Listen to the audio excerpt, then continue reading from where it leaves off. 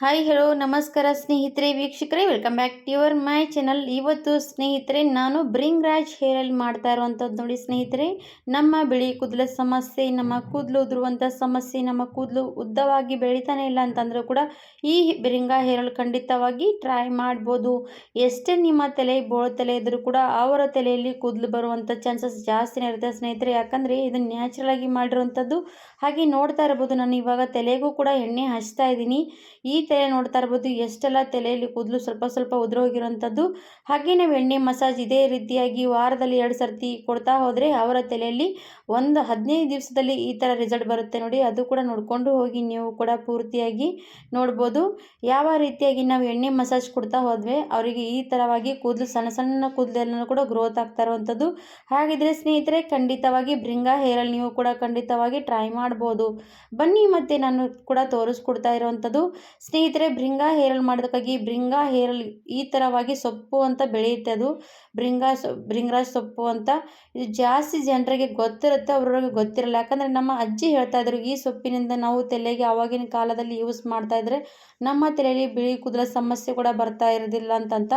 ಹಾಗಾದರೆ ಸ್ನೇಹಿತರೆ ಅದು ಕೂಡ ತೋರಿಸ್ತೀನಿ. ಬಿಳಿ ಕೂದಲ ಸಮಸ್ಯೆ ಯಾವ ರೀತಿಯಾಗಿ ಅವರು ಕೇರ್ ಮಾಡ್ತಾಯಿದ್ರು ಬಿಳಿ ಕೂದಲ ಸಮಸ್ಯೆ ಬರದೇ ಇರೋ ರೀತಿ ಅಂದರೆ ನೋಡಿ, ಈ ಕೈಯಲ್ಲಿ ಸ್ವಲ್ಪನೇ ಸ್ವಲ್ಪ ರಸ ಈ ಥರವಾಗಿ ನಾವು ಕೈಯಿಂದ ಸ್ವಲ್ಪ ಈ ಥರ ರಬ್ ಮಾಡಿದ್ರೆ ನಮ್ಮ ಕೈ ಬೆರಳು ಮತ್ತು ಕೈ ಕೂಡ ಕಪ್ಪಗಾಗ್ತಾ ಇತ್ತು.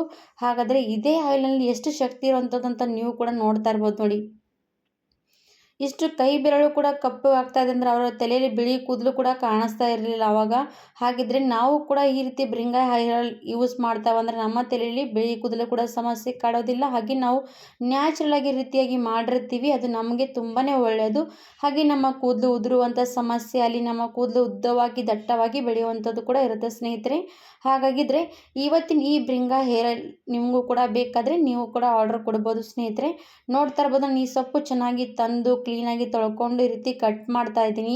ನೀವು ಬೇಕಾದರೆ ಮಿಕ್ಸಿಯಲ್ಲಿ ಕೂಡ ಪೇಸ್ಟ್ ಮಾಡ್ಬೋದು. ನಾನಿದು ಕಟ್ ಮಾಡ್ತಾ ಇದ್ದೀನಿ ಯಾಕಂದರೆ ನಾವು ದಂಟು ಪೂರ್ತಿಯಲ್ಲಿ ಕಟ್ ಮಾಡ್ತೀವಲ್ಲ, ಅದೇನಾಗುತ್ತೆ ಅಂದರೆ ಚೆನ್ನಾಗಿ ಎಣ್ಣೆಯಲ್ಲಿ ಒಂಥರ ರಸ ಬಿಟ್ಕೊಳ್ಳುತ್ತೆ. ಅದು ನಮ್ಗೆ ಇದೇ ಬೇಕಾಗುವಂಥದ್ದು ನೋಡಿ.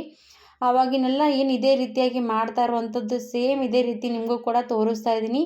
ನಿಮ್ಮ ಕಡೆ ಕೂಡ ಬ್ರಿಂಗರಾಜ್ ಸೊಪ್ಪು ಸಿಕ್ಕರೆ ಖಂಡಿತವಾಗಿ ಈ ಹೇರ್ ಆಯಿಲ್ ಖಂಡಿತವಾಗಿ ಟ್ರೈ ಮಾಡ್ಬೋದು ಸ್ನೇಹಿತರೆ.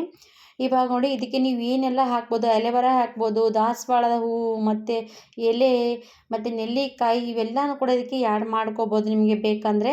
ನಾನಿವಾಗ ಇದಕ್ಕೆ ಏನೆಲ್ಲ ಆ್ಯಡ್ ಮಾಡ್ತೀನಿ ಅಂತ ತೋರಿಸ್ತೀನಿ ಪೂರ್ತಿಯಾಗಿ ನೋಡಿ. ಇದಕ್ಕೆ ಸ್ವಲ್ಪ ಕರಿಬೇವಿನ ದಳ ಕೂಡ ಹಾಕ್ತಾಯಿದ್ದೀನಿ. ಕರಿಬೇವಿನ ದಳ ತುಂಬಾ ಉಪಯೋಗ, ಯಾಕಂದರೆ ನಮ್ಮ ಕೂದಲು ಕೂಡ ಕಪ್ಪು ಮಾಡುತ್ತೆ, ಹಾಗೆ ನಮ್ಮ ಕೂದಲು ಕೂಡ ಗ್ರೋತ್ ಮಾಡುತ್ತೆ. ಅದಕ್ಕೋಸ್ಕರ ನಾನು ಸ್ವಲ್ಪ ಕರಿಬೇವು ಹಾಕಿದ್ದೀನಿ. ಆಮೇಲೆ ನೋಡಿ ನಾನು ಕೊಬ್ಬರಿ ಎಣ್ಣೆ ಹಾಕ್ತಾಯಿದ್ದೀನಿ. ಪೂರ ನೋಡಿ ಚೆನ್ನಾಗಿ ಫುಲ್ ಒಂದು ಪ್ಯಾಕೆಟ್ ಪೂರ್ತಿ ಕೊಬ್ಬರಿ ಎಣ್ಣೆ ಹಾಕ್ತಾಯಿದ್ದೀನಿ. ಇವಾಗ ಇದು ಸಣ್ಣ ಉರಿಯಲ್ಲಿ ಕುದಿಯೋಕೆ ಇಡಬೇಕು ಎಣ್ಣೆ. ಇವಾಗ ನೋಡಿ ಸ್ಟವ್ ಮೇಲೆ ಇಟ್ಟಿದ್ದೀನಿ. ಎಣ್ಣೆ ಕಾಯೋದಕ್ಕೆ ಚೆನ್ನಾಗಿ ಕಾಯಿಸ್ಕೋಬೇಕು. ನೋಡ್ತಾ ಇರ್ಬೋದು ಎಣ್ಣೆ ಕಾಯ್ತಾ ಇರುವಾಗ ಯಾವ ರೀತಿಯಾಗಿ ಮೇಲ್ಗಡೆ ಈ ಥರ ಬರ್ತಾ ಇರುವಂಥದ್ದಂತ. ಪೂರ್ತಿ ಎಣ್ಣೆ ಚೆನ್ನಾಗಿ ಕಾಯ್ತಾ ಕಾಯ್ತಾ ಹಾಗೆ ಕೈ ಆಡಿಸ್ತಾನೆ ಇರಬೇಕಾಗತ್ತೆ. ಎಷ್ಟೊತ್ತು ನಾವು ಎಣ್ಣೆ ಕಾಯಿಸ್ಬೇಕಂದ್ರೆ ಒಂದು 15 ನಿಮಿಷದವರೆಗೂ ಕೂಡ ಎಣ್ಣೆ ಕಾಯಿಸ್ಬೇಕಾಗತ್ತೆ. ನಾವು ಇದು ಕಡಿಮೆ ಕ್ವಾಂಟಿಟಿಯಲ್ಲಿ ಮಾಡ್ತಾ ಇದ್ರೆ ಈ ಥರವಾಗಿ 15 ನಿಮಿಷ ಟೈಮ್ ತೊಗೊಳುತ್ತೆ. ನಾವು ಇದೇ ಏನಾದರೂ ಜಾಸ್ತಿ ಕ್ವಾಂಟಿಟಿಯಲ್ಲಿ ಮಾಡ್ತಾ ಹೋದರೆ ಅದು ಹಾಫ್ ಆನ್ ಅವರ್ ಅಷ್ಟು ಟೈಮ್ ತೊಗೊಳುತ್ತೆ ಸ್ನೇಹಿತರೆ. ಯಾಕಂದರೆ ನಾವು ಎಷ್ಟು ತನಕ ಕಾಯಿಸ್ತೀವಿ ಸಣ್ಣ ಫ್ಲೇಮಲ್ಲಿ ಅದು ಅಷ್ಟು ಚೆನ್ನಾಗಿ ಎಣ್ಣೆ ರೆಡಿ ಆಗುತ್ತೆ. ಯಾಕಂದರೆ ನಮ್ಮ ಕೂದಲು ಉದುರುವಂಥ ಸಮಸ್ಯೆ, ಅಲ್ಲಿ ನಮ್ಮ ಕೂದಲು ಜಾಸ್ತಿ ಗ್ರೋತ್ ಆಗಬೇಕಂದ್ರೂ ಕೂಡ ಇದು ತುಂಬಾ ಉಪಯುಕ್ತ ಹೇರ್ ಆಯಿಲ್ ಅನ್ಬೋದು. ಇವಾಗ ನೋಡಿ ನಾನು ಒಂದು ಆಲ್ಮೋಸ್ಟ್ 10 ನಿಮಿಷ ಎಣ್ಣೆ ಸಣ್ಣ ಉರಿಯಲ್ಲಿ ಕಾಯಿಸಿದೆ.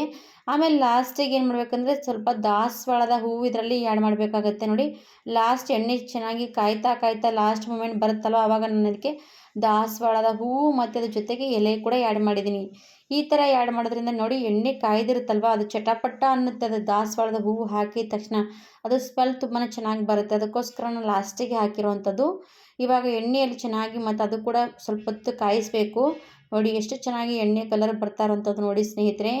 ಈ ಥರ ಮನೆಯಲ್ಲಿ ಮಾಡಿರೋಂಥ ಬ್ರಿಂಗಾ ಹೇರ್ ಆಯಿಲ್ ನೋಡಿ ಖಂಡಿತವಾಗಿ ಬ್ರಿಂಗರಾಜ್ ಹೇರ್ ಆಯಿಲ್ ಕೂಡ ಅಂತೀವಿ, ಬ್ರಿಂಗಾ ಹೇರ್ ಆಯಿಲ್ ಕೂಡ ಅಂತೀವಿ. ನೀವು ಕೂಡ ಫಾಲೋ ಮಾಡಿ, ಲೈಕ್ ಮಾಡಿ, ಹಾಗೆ ಪೂರ್ತಿ ಎಂಡ್ವರೆಗೂ ವಿಡಿಯೋ ನೋಡ್ಕೊಂಡ್ರೆ ಎಲ್ರಿಗೂ ಕೂಡ ಸಪೋರ್ಟ್ ಆಗುತ್ತೆ ನೋಡಿ. ಎಣ್ಣೆ ಕಾಯಿಸ್ಕೊಂಡು ನಾನು ಇವಾಗ ಸ್ಟೋವಿಂದ ಕೆಳಗೆ ಇಳಿಸಿದ್ದೀನಿ. ಆಮೇಲೆ ತಣ್ಣಗಾದ್ಮೇಲೆ ಸೋದಿಸ್ತಾ ಇದ್ದೀನಿ ನೋಡಿ ಎಣ್ಣೆ. ಇವಾಗ ನೋಡಿ ಎಣ್ಣೆ ಕಲರ್ ಕೂಡ ನೋಡ್ತಾ ಇರ್ಬೋದು ಎಷ್ಟು ಚೆನ್ನಾಗಿ ಬಂದಿರೋಂಥದ್ದು. ಇದು ಎಣ್ಣೆ ನೀವು ವಾರದಲ್ಲಿ 2 ಸರ್ತಿ 3 ಸರ್ತಿ ಹಚ್ತಾ ಬಂದರೆ ಸಾಕು, ನಿಮ್ಮ ಕೂದಲಿನ ಯಾವುದೇ ಸಮಸ್ಯೆಗಳು ಕೂಡ ನಿವಾರಣೆ ಆಗುತ್ತೆ ಸ್ನೇಹಿತರೆ. ಖಂಡಿತವಾಗಿ ಬ್ರಿಂಗ್ರಾಜ್ ಹೇರ್ ಆಯಿಲ್ ಅನ್ಬೋದು. ಈ ಹೇರ್ ಆಯಿಲ್ ನೀವು ಕೂಡ ಪ್ರಿಪ್ರೇಷನ್ ಮಾಡ್ಕೋಬೋದು ಮನೆಯಲ್ಲಿ. ಇಲ್ಲಾಂದರೆ ನಿಮ್ಗೆ ಬೇಕಾದರೆ ಆರ್ಡ್ರ್ ಕೂಡ ಕೊಡ್ಬೋದು, ನಿಮಗೂ ಕೂಡ ಅವೈಲೇಬಲ್ ಮಾಡಿಕೊಡ್ತೀವಿ. ಈ ಥರ ಮನೆಯಲ್ಲಿ ಮಾಡಿರುವಂಥ ಬ್ರಿಂಗ್ರಾಜ್ ಹೇರ್ ಆಯಿಲ್ ನೋಡಿ, ಖಂಡಿತವಾಗಿ ನಿಮಗೂ ಕೂಡ ಬೇಕಂದರೆ ಟ್ರೈ ಮಾಡಿ, ಇಲ್ಲಾಂದರೆ ನೀವು ಕೂಡ ಮನೇಲಿ ಮಾಡಿಕೊಂಡು ಹಚ್ಕೊಂಡು ನೋಡಿ. ಆಮೇಲೆ ರಿಸಲ್ಟ್ ಸಿಕ್ಕಮೇಲೆ ಕಮೆಂಟ್ಸ್ ಮಾಡಿ ಹೇಳ್ಬೋದು ಸ್ನೇಹಿತರೆ. ನೋಡಿದ್ರಲ್ಲ ಯಾವ ರೀತಿಯಾಗಿರೋ ಅಂತ ಹೇರ್ ಆಯಿಲ್ ಮಾಡಿದ್ದೀನಿ ಅಂತ. ಹಾಗಿದ್ರೆ ಇವತ್ತಿನ ವಿಡಿಯೋ ಇಷ್ಟ ಆದರೆ ಲೈಕ್ ಮಾಡಿ, ಸಬ್ಸ್ಕ್ರೈಬ್ ಮಾಡಿ, ಹಾಗೆ ಸಪೋರ್ಟ್ ಮಾಡಿ ಅಂತ ಕೇಳ್ಕೊಳ್ತೀನಿ ಸ್ನೇಹಿತರೆ. ಮುಂದುವರೋ ವಿಡಿಯೋಗೂ ಕೂಡ ಸಪೋರ್ಟ್ ಮಾಡ್ತಾಯಿರಿ ಸ್ನೇಹಿತರೆ. ಹಾಗಿದ್ರೆ ಇವತ್ತಿನ ಈ ಹೇರ್ ಆಯಿಲ್ ನೋಡಿ ಇಲ್ಲಿಗೆ ಎಂಡ್ ಮಾಡ್ತೀನಿ. ಮತ್ತೊಂದು ವಿಡಿಯೋ ಜೊತೆಗೆ ಮತ್ತೊಂದು ಸರ್ತಿ ಸಿಗ್ತೀನಿ ಸ್ನೇಹಿತರೆ. ಅಲ್ಲಿವರೆಗೂ ನಮ್ಮ ವಿಡಿಯೋ ಎಲ್ಲರೂ ನೋಡ್ತಾ ಇರಿ ಅಂತ ಕೇಳ್ಕೊಂಡು ಈ ವಿಡಿಯೋ ಇಲ್ಲಿ ಮುಗಿಸ್ತೀನಿ. ಧನ್ಯವಾದ ಸ್ನೇಹಿತರೆ. Thank you for watching.